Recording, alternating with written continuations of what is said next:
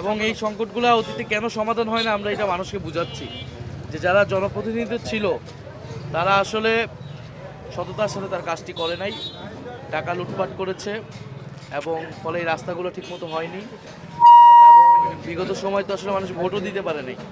এবার যদি মানুষ ভোট দিয়ে যোগ্য প্রার্থীকে বাছাই করে তাহলে এই সমস্যাগুলো সমাধান সম্ভব।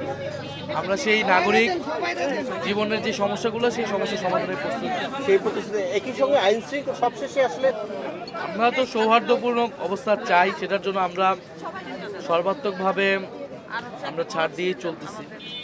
কিন্তু আমাদের ব্যানার পোস্টার তো লাগানো যায় না, ব্যানার ফেস্টুন বিভিন্ন জায়গা থেকে সরিয়ে দেওয়া হচ্ছে, আমাদের কর্মী সমর্থকদেরকে হেনস্থা করা হচ্ছে, হুমকি দেওয়া হচ্ছে, পরোক্ষ বাধা তৈরি করা হচ্ছে, ভয়ের একটা পরিবেশ তৈরি করা হচ্ছে।